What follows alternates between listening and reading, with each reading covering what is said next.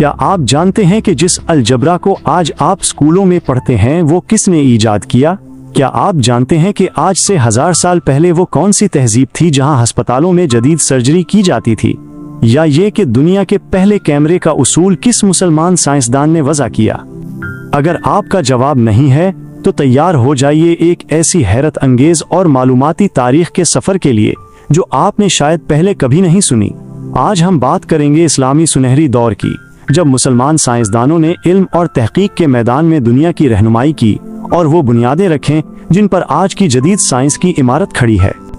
आज हम एक ऐसी कहानी सुनाने जा रहे हैं जो अक्सर तारीख की किताबों में छुपी रहती है।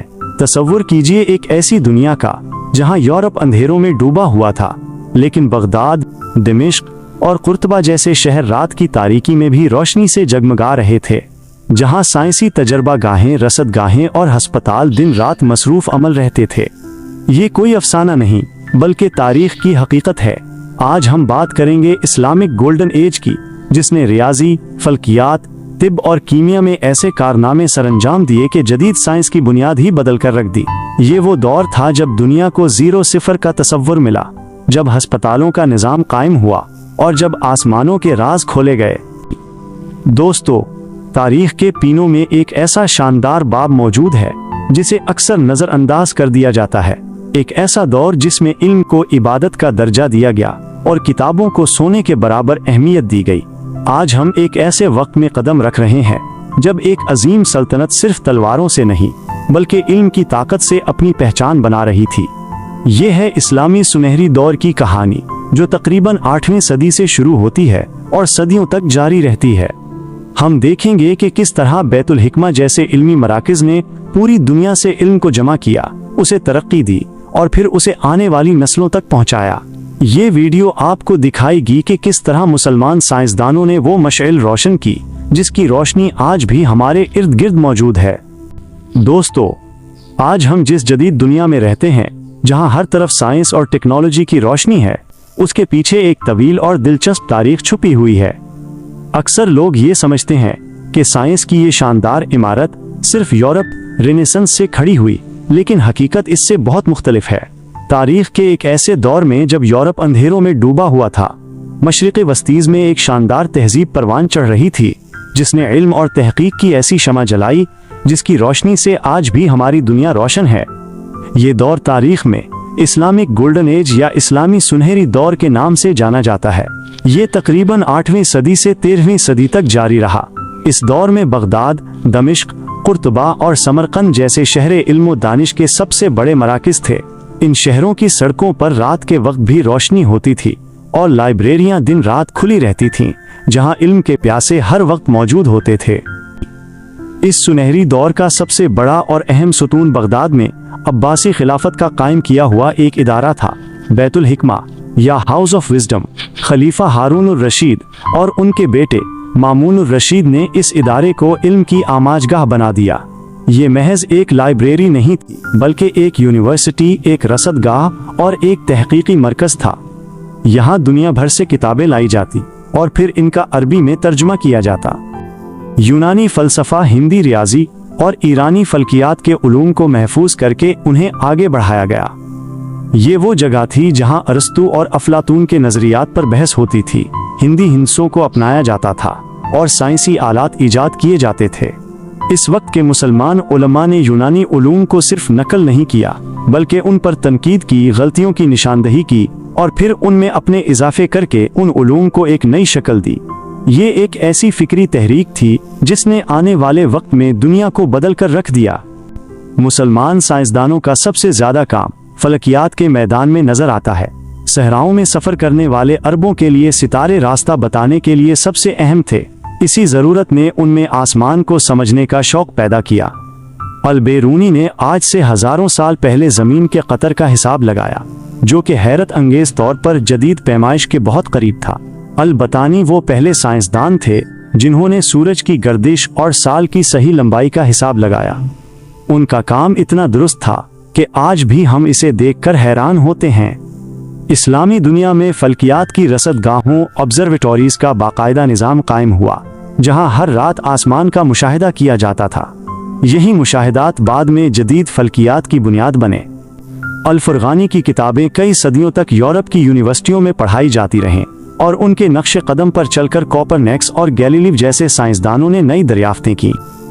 तिब के मैदान में मुसलमानों की खिदमात शायद सबसे ज्यादा नुमायां हैं। आज जो अस्पताल और डॉक्टर का तस्वर है, उसकी बुनियाद इस्लामी दौर में रखी गई। बगदाद में कायम पहला बाकायदा अस्पताल, जिसमें मुख्तलिफ अमराज के अलग अलग वार्ड थे, उस वक्त की दुनिया के लिए एक इनकलाब था।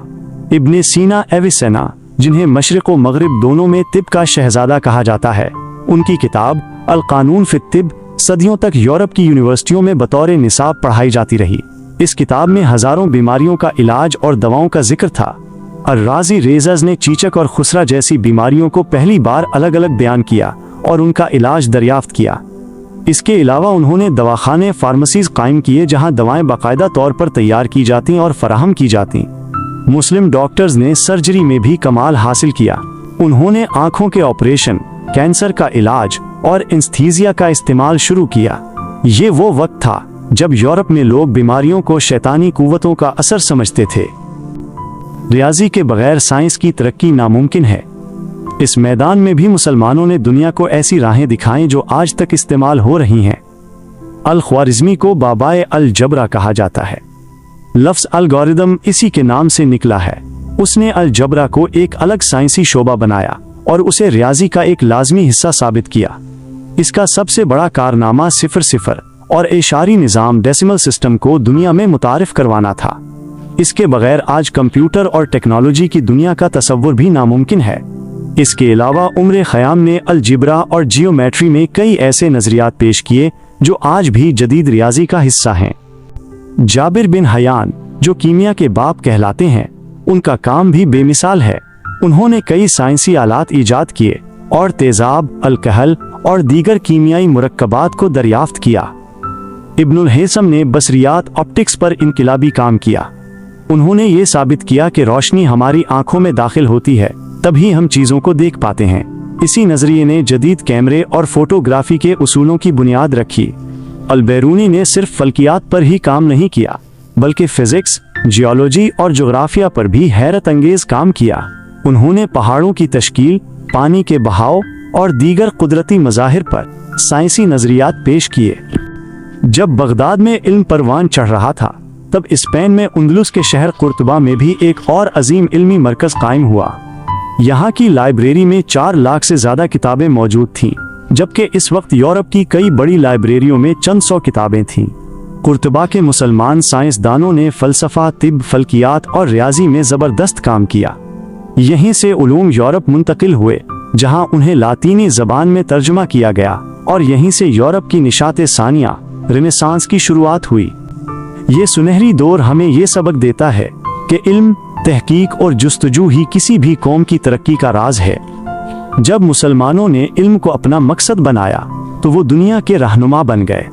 लेकिन ये सुनहरी दौर बगदाद पर तातारियों के हमले और बैतुल हिकमा को जलाने के साथ ही खत्म हो गया। इल्म के चिराग बुझ गए और मुसलमान कई सदियों तक तनज़्ज़ुली का शिकार रहे। आज भी अगर हम अपनी तवज्जो इल्म और तहकीक की तरफ ले आएं, तो हम एक नया सुनहरी दौर शुरू कर सकते हैं। क्या आपको लगता है कि मुसलमान एक बार फिर इल्म में दुनिया की रहनुमाई कर सकते हैं? दोस्तों, इस्लामी सुनहरी दौर की ये कहानी सिर्फ माजी की एक दास्तान नहीं है। ये इस बात का सबूत है कि जब किसी कौम में इल्म की प्यास जागती है तो वो दुनिया की तकदीर बदल सकती है। जब इल्म को मजहब और ईमान के साथ जोड़ दिया जाए तो उससे साइंस और तहकीक का एक नया दौर शुरू होता है। तारीख हमें ये भी सिखाती है कि ये सुनहरी दौर अचानक ख़त्म नहीं हुआ, बल्कि उस वक्त के मुसलमानों ने जब इल्म की जुस्तजू को तर्क किया और अपनी तवज्जो दीगर गैर ज़रूरी मामलात की तरफ मोड़ी, तो उनका ये शानदार दौर भी ज़वाल का शिकार हो गया। ये सब कुछ हमें एक बहुत बड़ा और अहम सबक देता है। इल्म ही हकीकी ताकत है। आज अगर हम इस रोशन माजी से सबक लें और अपनी तवज्जो फिर से साइंस, तहकीक और नई ईजादात की तरफ ले आएं, तो हम एक बार फिर से एक नए सुनहरी दौर की बुनियाद रख सकते हैं।